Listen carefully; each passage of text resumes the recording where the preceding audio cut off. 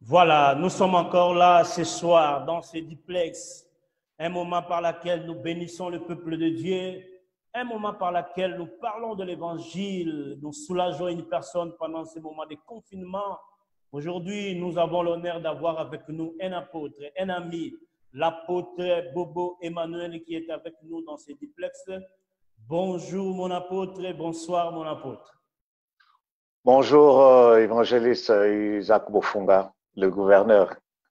Nous sommes très ravis de vous avoir ce soir dans ce duplex. Et C'est vraiment un privilège aussi pour moi. je crois fermement que quelqu'un sera béni, mon apôtre. Merci d'avoir accepté notre invitation. Nous avons un grand thème à partager ce soir et ça va soulager une personne. Notre thème, l'attitude d'un chrétien pendant ces temps. Oh, quel bon moment. Comment d'abord se passe le confinement, révérend? Oui, le confinement, nous le passons dans la présence du Seigneur, avec le Seigneur. Comme vous le savez, le confinement nous permet nous a vraiment énormément aidé aussi à passer plus du temps avec le Seigneur, dans la prière, dans la méditation de la parole, dans la communion avec le Saint-Esprit. Et passer aussi du temps avec la famille.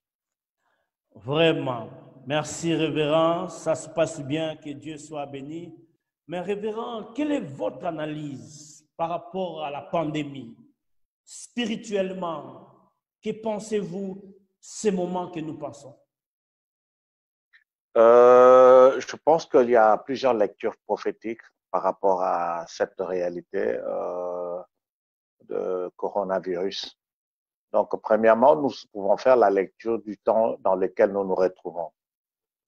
Jésus-Christ l'a prédit dans le livre de Matthieu, chapitre 24. Il a dit, dans le dernier jour, voilà, il y aura de tels signes, il y aura de tels signes. Et précisément dans le livre de Luc, chapitre 21, il nous précise qu'il y aura des pestes. Donc, c'est-à-dire, s'il faut actualiser les choses aujourd'hui, donc la peste était considérée à l'époque comme une pandémie, comme un fléau. Et c'est ce que nous sommes en train de vivre. Ce sont des signes révélateurs du temps vraiment de la fin. Et deuxièmement, vous devez savoir aussi une réalité que puisque nous sommes au temps de la fin, derrière toutes les réalités négatives, il y a une manifestation, il y a un esprit mauvais qui est caché là derrière. Donc, une chose est vraie que Christ a prédit que c'est le temps de la fin et le diable travaille énormément, efficacement en ce temps de la fin. Et il y a des esprits majeurs, comme je le disais la dernière fois, en train de partager la parole de Dieu. Je pense que c'était le dimanche. J'ai dit que dans le dernier temps, le diable a libéré les esprits les plus méchants de l'enfer pour qu'il atteigne ses objectifs. Donc, vous voyez, derrière toutes ces pandémies, il y a des esprits. Il y a des esprits qui dirigent ces temps et ce sont eux qui sont à la base de ces pandémies. Je disais que nous voyons coronavirus, mais il y a un esprit derrière coronavirus. Par exemple, l'esprit des morts. C'est l'esprit des morts qui est derrière le coronavirus. Et vous allez remarquer, si vous faites le constat avec moi, l'évangéliste Isaac, vous allez remarquer que sur nos pages Facebook, qu'est-ce que nous ne voyons pas comme pléthore de morts? Et tous ces morts ne sont pas seulement victimes de coronavirus. Il y a des gens qui se suicident. Il y a la peur qui s'installe dans le cœur des gens qui les conduit à se suicider. Il y a des gens qui meurent subitement comme ça. Nous ne voulons pas dire qu'il y a des gens, avant la pandémie, les gens ne mouraient pas, mais les gens mouraient. Mais là, nous faisons un constat que ce n'est plus comme d'habitude. Donc, il y a un esprit des morts qui s'exprime par le biais du coronavirus. Par le biais, coronavirus, ce n'est pas le premier, le dernier virus. Il y a encore d'autres pandémies qui viendront. Donc, il y a des esprits méchants derrière toutes ces réalités. Merci, révérend. Donc, en vous écoutant parlant, vous soutenez l'idée que la pandémie vient du diable. Parce qu'il y a d'autres qui disent que c'est Dieu qui a permis. Il y a d'autres qui disent que c'est les scientifiques qui ont fait une erreur. Et voilà, nous nous retrouvons dans cette pandémie. Donc, en vous écoutant parler, c'est les esprits des morts derrière, c'est le diable derrière. Oui, bien sûr. Dieu peut permettre, mais quand Dieu permet, donc ça veut dire qu'il laisse l'accès au diable d'agir, vous comprenez? Et quand bien même vous dites que les scientifiques ont fait une erreur, mais il y a un esprit tout derrière cela, derrière toutes ces choses. Donc, c'est le diable qui manipule tout ça. Et n'oubliez pas, quand on vous dit qu'en Égypte, quand Dieu a dit que, à un moment donné, Dieu dit, je passerai, je verrai le sang et je passerai. Et la Bible nous dit aussi que l'ange de la mort, vous voyez? Donc, l'ange de la mort, c'est un esprit mauvais, mais Dieu lui-même a permis, alléluia, pour qu'il détruise, pour qu'il amène le jugement. C'est-à-dire, quand Dieu veut amener le jugement, il peut permettre au diable de faire du mal, d'exercer librement ses activités, mais n'oubliez pas que Dieu est au contrôle de tout. Même les erreurs des scientifiques, n'oubliez pas aussi quand vous parlez, quand on parle de la guerre mondiale, vous savez comment cela s'est déclenché. Donc, on devait poursuivre l'Autrichien et il devait prendre à gauche, le chauffeur n'a pas compris ce qu'il lui a pris de prendre à droite. Et à droite, en prenant la droite, et puis ils se sont retrouvés dans un supermarché. Et là, les gens qui poursuivaient, qui cherchaient le ministre, ils l'ont abattu. Et c'est là qu'a déclenché. Mais qu'est-ce qui a fait que le chauffeur puisse se prendre à gauche ou à droite? En fait, n'est pas respecter les instructions. Mais il y a un esprit derrière. Merci, révérend. Mais, révérend, que devons-nous faire, mon apôtre, dans cette situation? Quel est votre avis? Qu'est-ce que vous pouvez dire aux enfants de Dieu maintenant? Moi, je me dis, il y a l'attitude, il y a cette attitude que nous devons adopter. Hein. Quand je parle de l'attitude déjà par définition, c'est un comportement que l'on doit adopter par rapport à une situation, une circonstance. C'est-à-dire, nous devons, en tant qu'enfants de Dieu, savoir comment se comporter, comment vivre en ces temps-ci. La première des choses, c'est bannir la peur. Bannir la peur parce que si nous lisons la parole de Dieu, vu le temps, donc je vais juste survoler la parole de Dieu dans le livre de Matthieu chapitre 24. À partir du verset, prenons le verset 3 et le verset 6, je vais lire juste un passage rapidement. Nous allons vite comprendre que le Seigneur nous exhorte à bannir la peur parce que tout ceci était déjà prédit, tout ceci était déjà connu d'avance par notre Seigneur. Et il exhorte à ses disciples de ne pas avoir peur. Je vais lire la parole de Dieu. Prenons rapidement le verset 6 pour gagner du temps. Vous entendrez parler de guerre et de bruits de guerre. Gardez-vous d'être troublés, car il faut que ces choses arrivent, mais ce ne sera pas encore la fin. Vous comprenez? Et Luc 21 dit ceci, de ne pas avoir peur. Ne vous effrayez pas, car ces choses doivent arriver. Et en tant que chrétiens, nous devons bannir la peur, ne pas d'abord premièrement vivre dans la peur, parce que ces choses nous ont été prédites par le Seigneur. Et le Seigneur a prédit ces choses il y a de cela plus de 2000 ans. Donc, cela suppose que Christ est au contrôle, Dieu est au contrôle de tout ce temps-ci. Alors, Dieu nous dit qu'il y aura des signes, il y aura des tels signes, il y a des signes, voilà, les tremblements de terre, il y aura des guerres, tout cela, mais dit de ne pas avoir peur, de ne pas être troublé. Et en disant que ça ne sera pas encore la fin.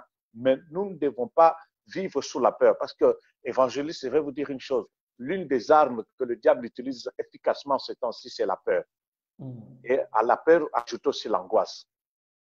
Je vais vous dire une chose, qu'un jour, je prêchais sur l'angoisse. Savez-vous que l'angoisse, quand quelqu'un vit dans l'angoisse, il vit le même symptôme révélé par rapport au coronavirus. La personne va va sentir des essoufflements, palpitations de cœur, tout cela fait affaiblissement. Ce sont les manifestations de l'angoisse. Voilà pourquoi il y a certaines personnes qui se sont effondrées parce qu'ils ne savaient pas qu'ils sont rentrés dans la phase, dans l'angoisse, et ils ont eu des symptômes, et par peur pour eux, ils se disent que je suis atteint de coronavirus. Et certains, même quand on leur dit que ce n'est pas corona, ils ne veulent même pas croire. Parce qu'ils disent, non, j'ai les mêmes symptômes. Or, ils ne disent pas que le diable utilise l'angoisse et la peur pour détruire la vie des enfants de Dieu. Pas des enfants de Dieu, mais la vie de l'humanité. Première chose que je conseille, l'attitude que nous devons avoir, c'est de bannir la peur. Ne pas vivre dans la peur, Parce que nous avons un Dieu qui est fidèle.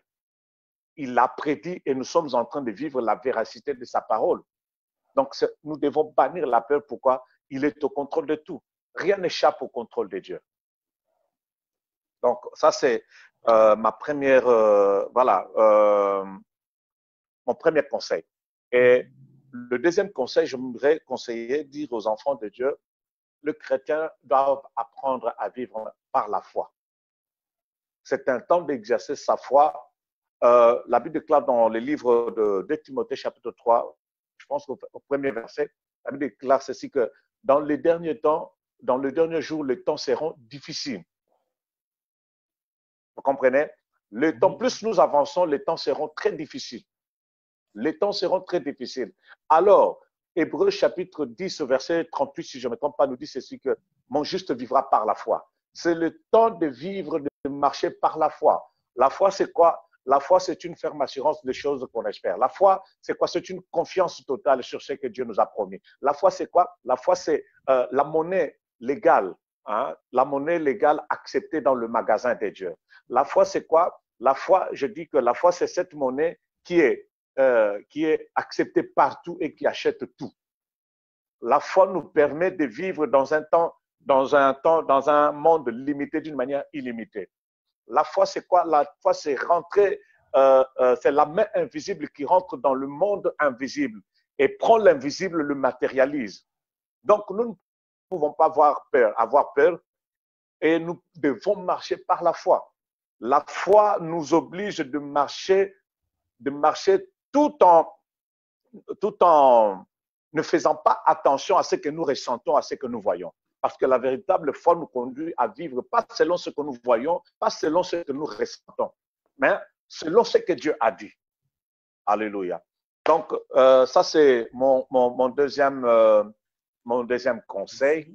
Alors, mon troisième conseil, vu le temps, et nous faisons la lecture prophétique, nous comprenons que nous sommes vraiment au temps de la fin, ce qui est sûr. Et Apocalypse chapitre 22, à partir du 12e verset jusqu'au 14e verset, Dieu dit ceci que voici, je reviens bientôt avec ma rétribution. Et il dit ceci que chacun puisse laver ses vêtements.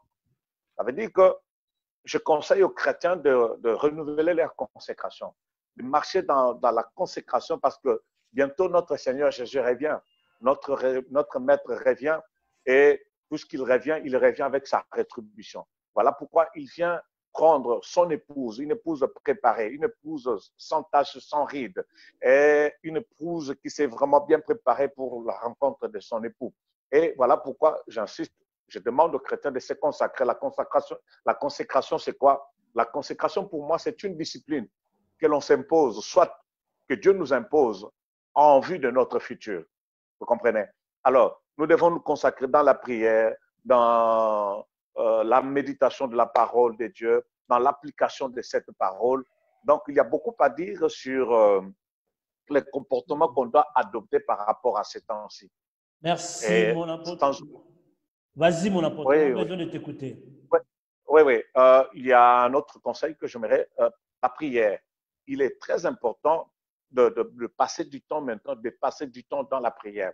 Vous savez que la Bible nous enseigne qu'en chaque temps de crise, nous devons apprendre vraiment à beaucoup prier. Christ a commencé son ministère par la prière, il a exercé dans la prière et il a achevé par la prière. Vous savez, quand il est allé à Gethsémani, il est allé avec ses disciples, il était en train de prier. Et à un moment donné, il revient vers ses disciples, il dit, mais n'avez-vous même pas tenu une heure dans sa présence? Vous n'avez même pas pu prier pendant une heure. Et il dit, veillez prier pour ne pas tomber dans la tentation. Donc, dans chaque temps de crise, nous devons apprendre vraiment à passer plus du temps dans la présence du Seigneur.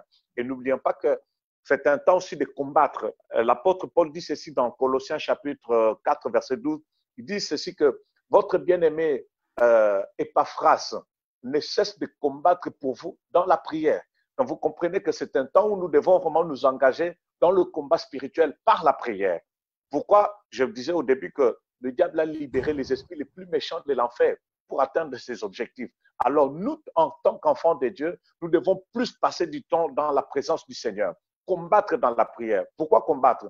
Certes, il y a des choses que le Seigneur a déjà arrêtées, qui doivent forcément arriver.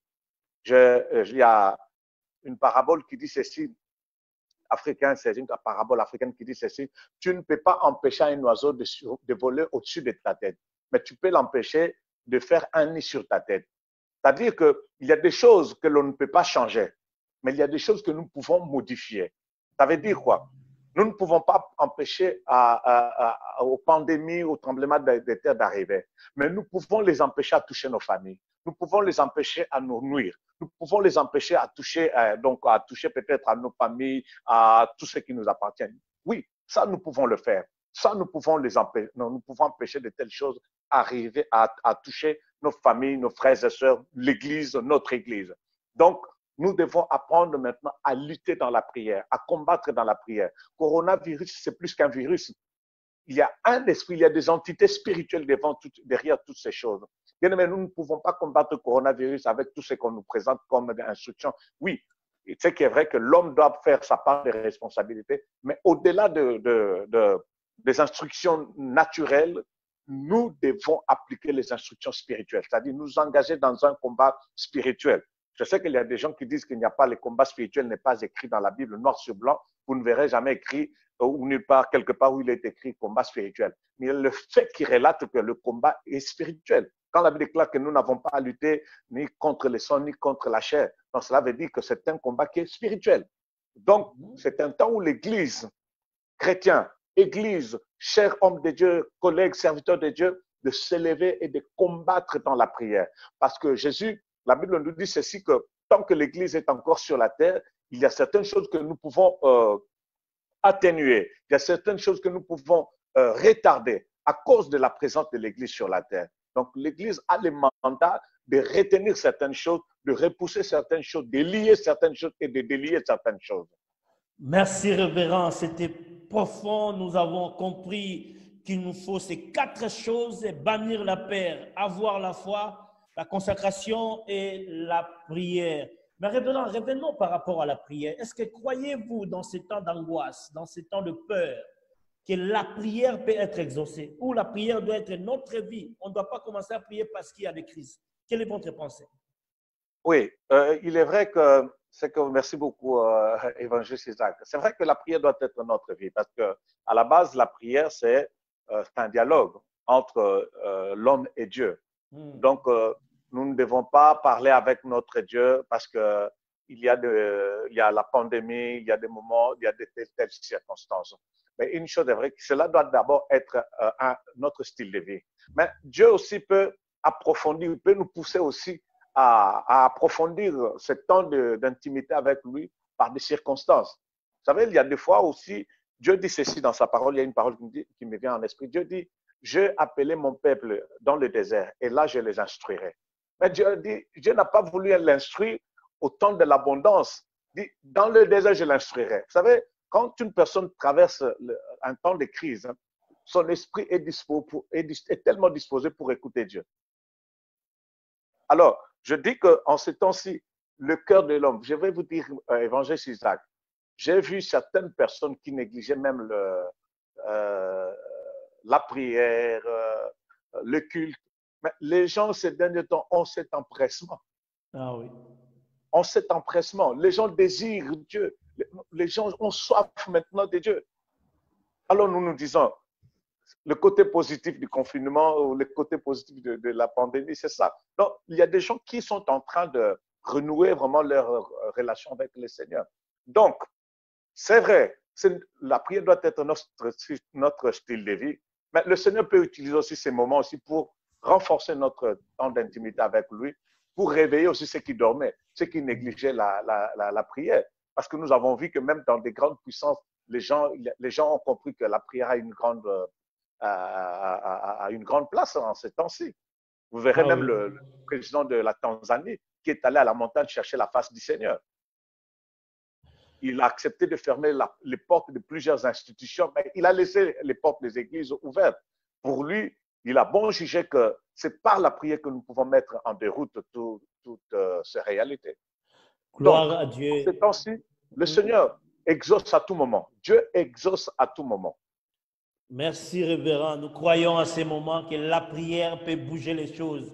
Voilà pourquoi Amen. nous sommes là, pour croire que la parole et la prière nous amènera quelque part pendant cette pandémie. Mais révérend, est-ce que nous pouvons avoir les avantages, malgré que cela vient du diable, malgré que c'est les attaques, c'est les esprits? Est-ce que tu peux nous donner quelques avantages pendant ces pandémies ou pendant ces confinements et quelques désavantages que vous avez pu énumérer pendant ces temps que nous passons dans les confinements? Ouais, je vais commencer d'abord par les désavantages Mhm. et pour finir par les avantages. Le désavantage, c'est que il y a eu interruption de plusieurs activités. Et l'interruption de ces activités euh, peuvent conduire aussi, je dis pardon, l'interruption peut conduire à une crise extraordinaire. Donc, je vous dis sincèrement, dans les jours qui viennent, nous allons assister euh, à une crise. Je voudrais, pour être précis, une crise économique, parce qu'il y a des sociétés qui sont tombées en faillite. Il y a des entreprises qui seront obligées de vendre plusieurs parts. Donc, tout cela, c'est le désavantage. Donc, l'inactivité aussi peut produire aussi certaines réalités un peu néfastes dans la santé de l'homme. Donc, cette interruption aussi d'activité, voilà, ça c'est le côté, c'est vraiment le désavantage aussi. Vous voyez, la Bible déclare que je louerai le Seigneur dans l'assemblée des saints. Aujourd'hui, nous ne savons plus nous réunir pour louer le Seigneur ensemble dans l'assemblée des saints. C'est un des avantages, cette communion fraternelle. Et voilà. Mais le côté positif, moi je pense que le côté positif, je pense que le coronavirus et le confinement, ceci nous a permis à comprendre combien nous sommes fragiles. Voir comment ce virus a paralysé le monde entier. Voir comment cette pandémie a mis en suspens beaucoup de choses. Et on réalise qu'on est fragile. Donc, ça ne sert à rien d'être vraiment trop orgueilleux parce que tout peut basculer à n'importe quel moment. Deuxièmement, coronavirus, confinement, ça m'a permis, moi personnellement, de réaliser que il y a beaucoup de choses qui nous encombraient inutilement. Et l'on pensait qu'on ne peut pas vivre sans cela. Et l'on pensait qu'on ne peut pas vivre sans s'en passer. Mais aujourd'hui, on se rend compte que sans ces choses-là, on vit quand même. Donc, ça nous a permis, moi personnellement, de faire la part des choses, donc de savoir ce qui est prioritaire, ce qui est essentiel et ce qui est accessoire. Des fois, nous avons confondu l'ordre de priorité, c'est-à-dire que on a passé plus du temps peut-être à ce qui est accessoire, pensant que cela est important, tout en négligeant ce qui est essentiel ou prioritaire. Moi, ce confinement, la pandémie m'a permis à réaliser ces choses. Et à part ça, le côté positif, comme je disais, ça nous a permis aussi de renforcer aussi notre communion avec le Seigneur, notre communion avec le Saint-Esprit. On passe du temps à lire la parole de Dieu, passer aussi du temps avec la famille. Hein, il y a des activités, il y a les occupations de la vie qui nous empêchent aussi à passer plus du temps avec la famille. C'est un côté aussi positif. Donc, il y a les familles, je dirais qu'il y a quand même cette restauration-là, cette communion familiale. C'est un point aussi qui est tellement aussi positif. Un autre point positif, je dis que ceci a interpellé aussi à l'Église de pouvoir comprendre aussi l'importance et l'impact du média des réseaux sociaux. C'est un instrument que beaucoup de chrétiens avaient négligé, que l'Église avait vraiment négligé. Cependant que le diable l'utilise puissamment pour faire véhiculer ses messages. Aujourd'hui, parce que je me souviens, il y a des gens qui ont tellement diabolisé Facebook, qui disaient que c'est tellement démoniaque qu'ils ne pouvaient jamais utiliser Facebook. Mais aujourd'hui, tous, nous nous camouflons sur les réseaux sociaux, sur Facebook. Donc, il y a saturation des prédications, saturation des prières. Mais vous remarquez qu'au travers de cet instrument, nous pouvons toucher les gens qui ne pouvaient même pas venir à l'église. Nous véhiculons le message du Christ au-delà de nos quatre coins, de nos quatre murs de l'église. Ah oui. Donc, ça nous a permis aussi de comprendre que c'est un instrument que l'on devait s'en servir depuis. C'est vrai, on utilisait cela, mais pas comme aujourd'hui. Mais là, on se rend compte que c'est un instrument très efficace. Très efficace. Prenons par exemple aujourd'hui évangéliste. Il n'y a pas de culte, il n'y a pas d'église, mais nous arrivons quand même à édifier les gens par votre émission, par la technologie. Nous arrivons quand même à édifier les gens. Il y a des gens qui nous suivent, qui sont réconfortés. Mais nous avions négligé ça. Je pense que ceci nous a fait comprendre, je pense que même après le confinement, nous allons continuer avec les réseaux sociaux à véhiculer le message de Jésus par tous les moyens. Et un autre point positif, je pense que ceci aussi va créer, mais est en train déjà de créer un réveil spirituel. Pourquoi? Chacun fait la lecture pour comprendre que nous sommes arrivés au temps de la fin. Je dois revoir ma communion avec le Seigneur.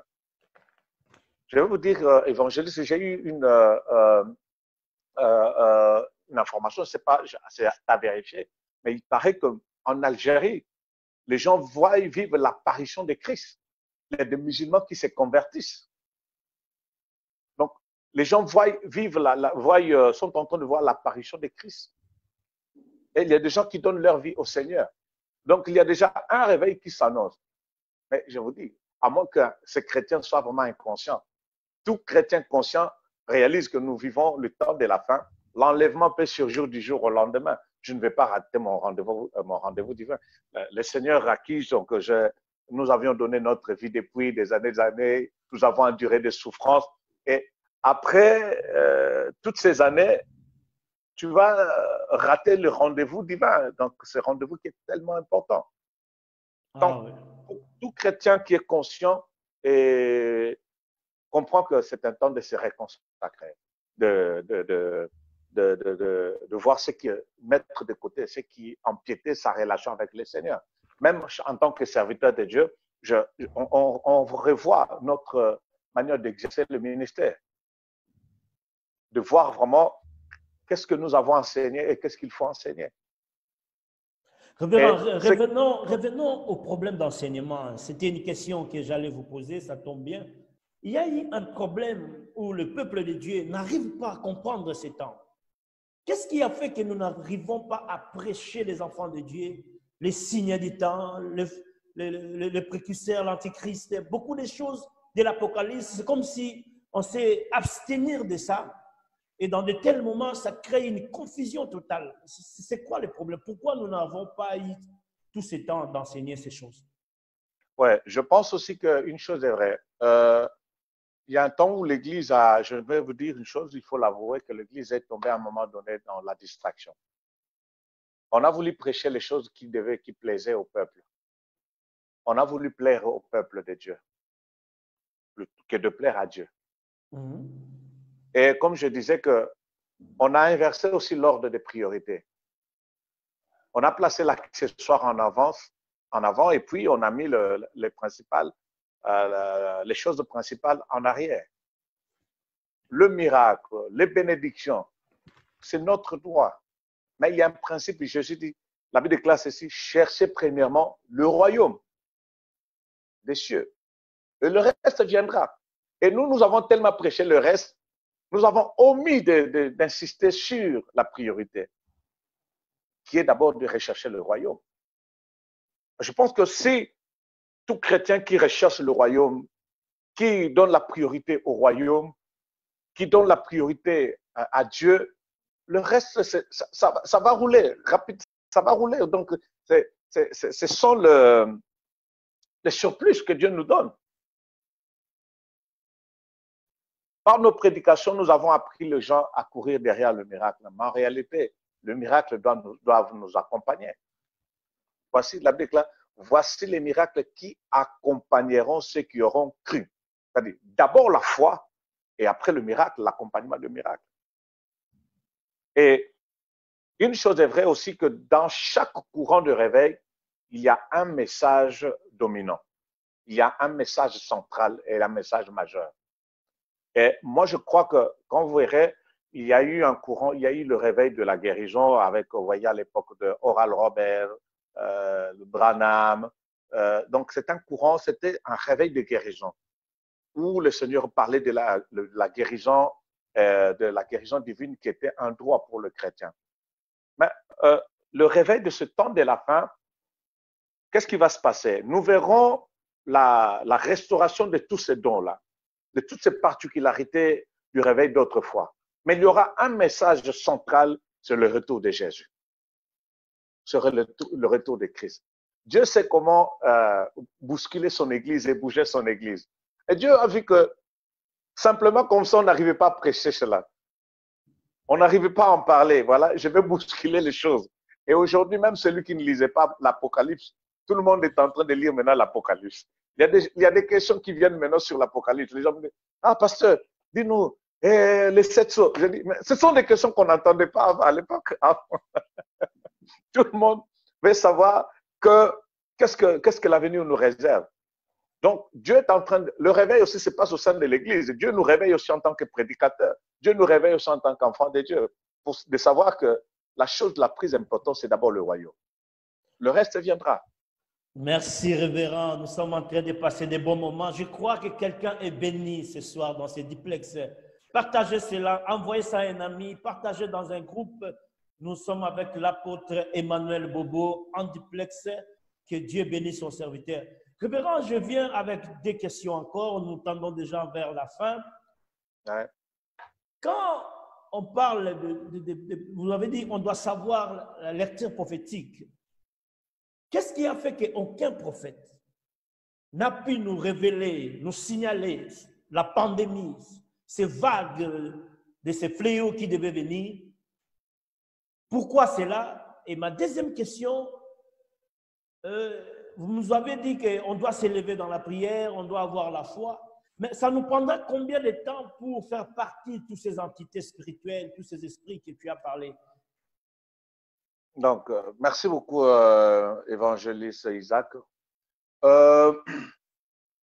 Vous aviez dit, la première question, si j'ai bien compris, quand cela va prendre combien de temps prendra-t-il? Non, qu'est-ce qui a fait qu'aucun prophète... Oui, qu'est-ce qui a fait que... Oui, vous opérez voilà, dans la prophétie, dans les dons de paroles de connaissance. Oui, mais je pense que s'il faut faire la lecture des choses, en suivant certains témoignages, vous allez voir qu'il y a des gens qui ont eu des messages très clairs. Mais sauf que cela n'a pas été vraiment médiatisé. Une erreur encore, je disais que l'Église a tellement méprisé, négligé les réseaux sociaux, le média. Cela n'a pas été vraiment très médiatisé, mais nous voyons cela, juste quand la pandémie est arrivée, nous voyons quand même qu'il y a des gens qui avaient annoncé cela publiquement. Moi, je me souviens, le 31 décembre, lors de notre réveillon, le Seigneur m'a donné un message clair dans Ésaïe chapitre 60, du premier verset jusqu'au 7e. Je prends le premier verset jusqu'au 3e verset. Prenons le deuxième verset, dit ceci que je vais lire la parole du Seigneur. Lis-nous cela. Nous avons besoin de ça. Lis-nous cela. Et je pense qu'il y a des vidéos où j'ai donné cette parole. J'ai dit que le Seigneur m'a dit ceci clairement. Ésaïe chapitre 60. Lève-toi, sois éclairé, car ta lumière arrive. Et la gloire de l'Éternel s'élève sur toi. Écoute maintenant le verset 2. Voici les ténèbres couvrent la terre et l'obscurité le peuple. Mais sur toi, l'Éternel s'élève, sur toi, sa gloire apparaît. J'ai dit à l'Église, nous rentrons dans une phase où l'Église va expérimenter une gloire sans précédent. Alors, qu'est-ce que vous allez remarquer? Mais je vous dis, mais sur la terre, il y aura du ténèbre. Le ténèbre va ronger la terre. Alors, l'Église sera l'instrument que Dieu va utiliser pour donner la solution, pour éclairer. Alors, j'ai dit qu'il y aura des ténèbres sur la terre. C'est un langage prophétique qui veut dire qu'il y aura des moments très difficiles. Le monde va passer par des moments très difficiles sur tout le plan. Mais par l'Église, Dieu veut manifester sa gloire. Vous comprenez? C'est cette erreur, je dis qu'on n'a pas vraiment médiatisé cela. Mais les vidéos sont là et ça nous avons tous tiré des leçons que quand on a un message, que nous devons apprendre aussi à le mettre à la portée de tout le monde. j'ai vu aussi certains prophètes aussi qui ont eu des messages comme ça. Quand bien même ce n'était pas aussi trop clair, je vous dis aussi, moi j'ai dit que les ténèbres, ce n'était pas bien détaillé, très détaillé. Mais le Seigneur a averti qu'il y a quelque chose qui arrivera. Mais voici mon plan, ce que je vais faire au travers de l'Église. Je veux dire une chose, évangéliste, que n'était les prières des saints, on allait vivre le pire. Amen. Je vous dis qu'on allait vivre les pires. Le passage de la Bible qui dit que et la prière du juste a une grande efficacité, on est en train de le vivre. Je pense que même eux-mêmes, ceux qui avaient planifié toutes ces choses, sont dépassés par le résultat.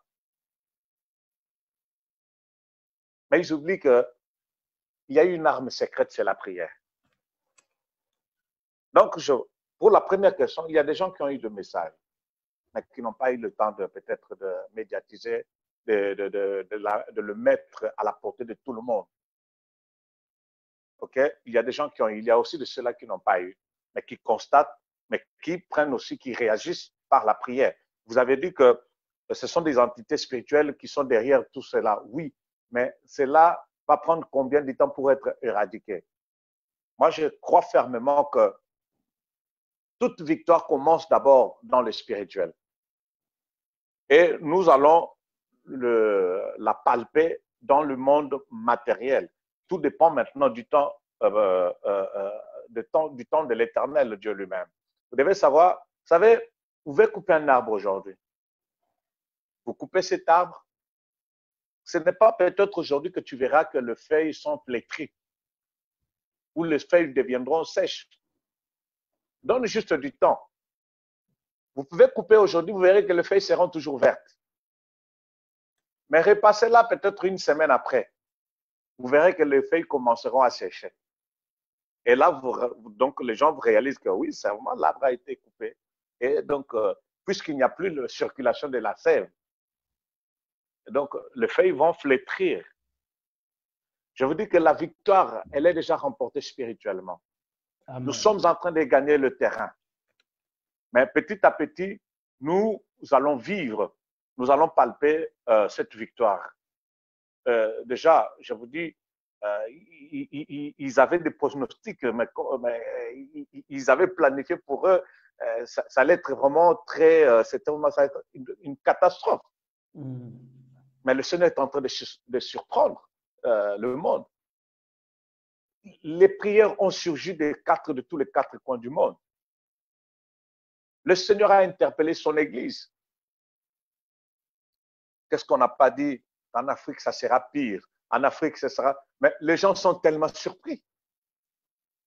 Et j'ai suivi quelqu'un qui disait, oh non, c'est parce que, vous voyez, le virus ne résiste pas à la chaleur, tout cela. Mais sur les chaînes, les chaînes ici en Europe, j'ai suivi un médecin qui disait que ça n'a rien à voir avec la chaleur, tout cela, ainsi de suite. C'était une manipulation. Ils ont changé C'était une manipulation. Oui, oui. Mais aujourd'hui, ils reviennent en disant que non, c'est par rapport à la chaleur. C'est parce qu'il y a eu une résistance. La résistance qu'ils voient physiquement comme ça, mais c'est une résistance qui a d'abord commencé dans le spirituel.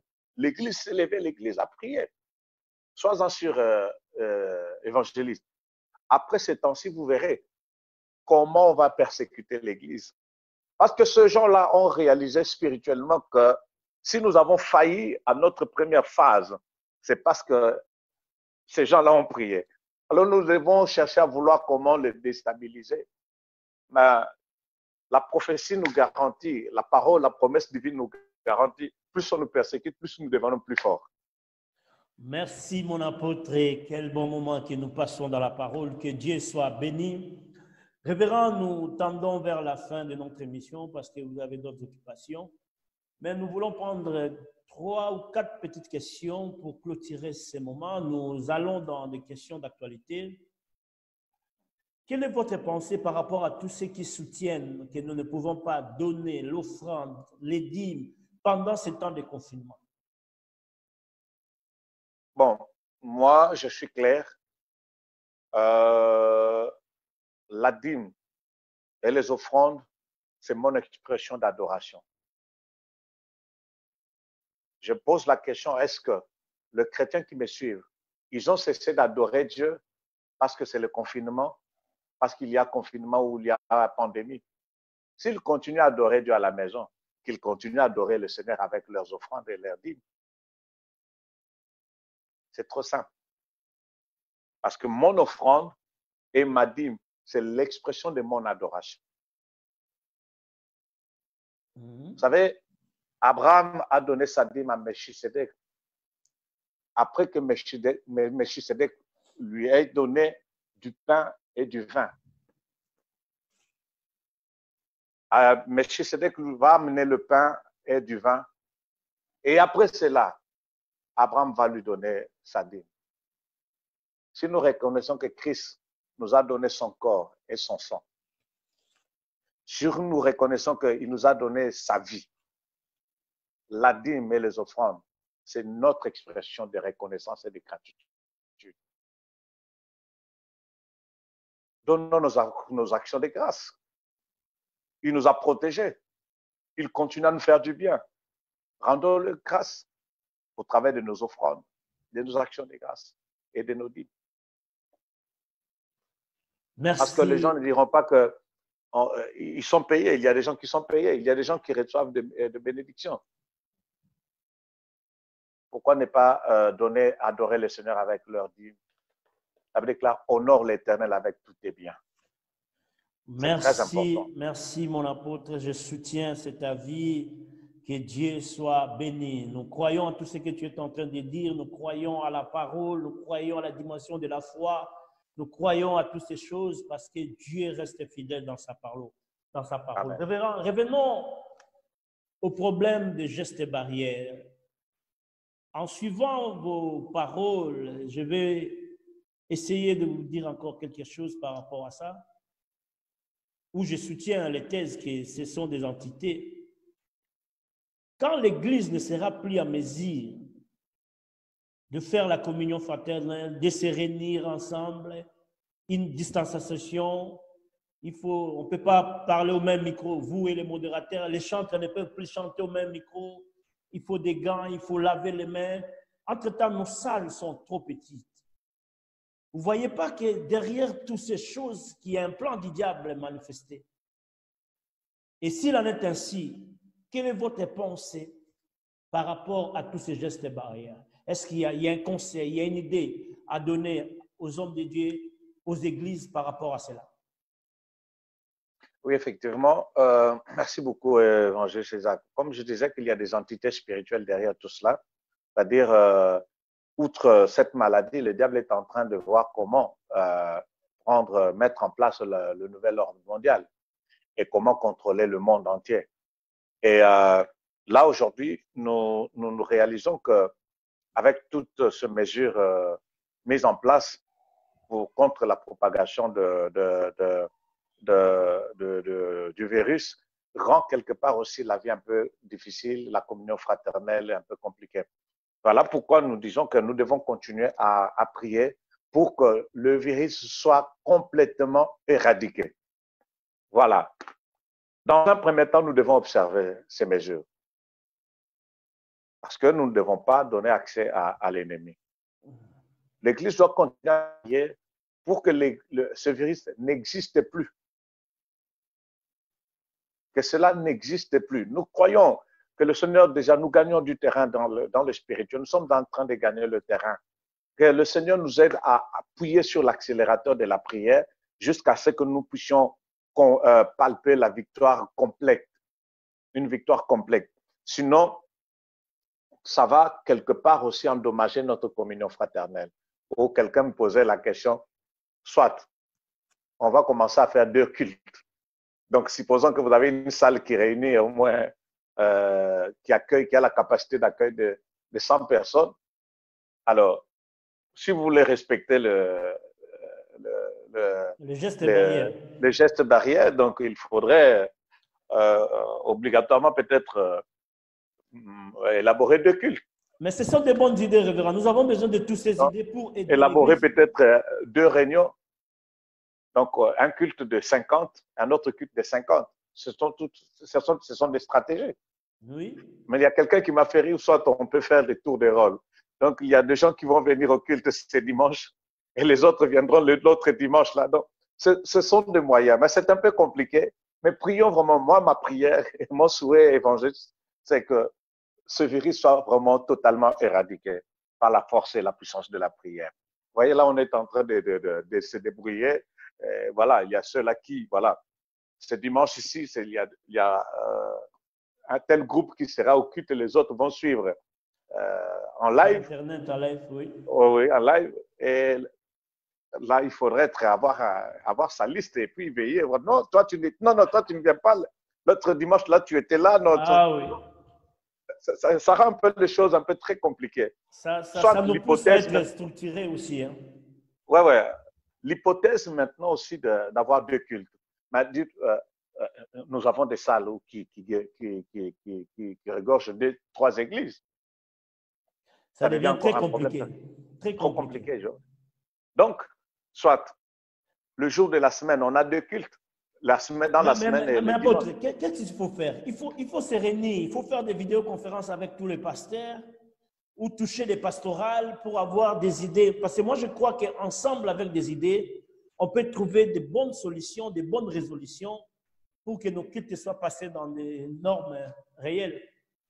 Oui, ceci, nous prions que le Seigneur aussi nous donne aussi le cadre vraiment approprié pour le culte. Que le Seigneur nous aide, que le Seigneur nous donne. Nous devons aussi prier que Dieu nous donne vraiment de cadre vraiment approprié. Et ce que vous avez dit, on doit se concerter. Et je pense que si par l'aide du Saint-Esprit, le Seigneur nous aidera. Mais je sais une chose, que dans chaque situation, le Seigneur a toujours aidé son Église. Aujourd'hui, j'ai regardé un film sur l'histoire des apôtres. J'ai vu comment la persécution a contribué à l'expansion de l'Évangile. Quand le diable pensait qu'il était en train de détruire l'Église, de persécuter, mais en fouillant là, chacun amenait la bonne nouvelle. C'est en fouillant là que la bonne nouvelle a atteint, nous est arrivé jusqu'ici. Donc, dans chaque circonstance, dans chaque situation, le Saint-Esprit est là pour aider son Église. Dieu nous aidera à s'en sortir. Il nous donnera des stratégies.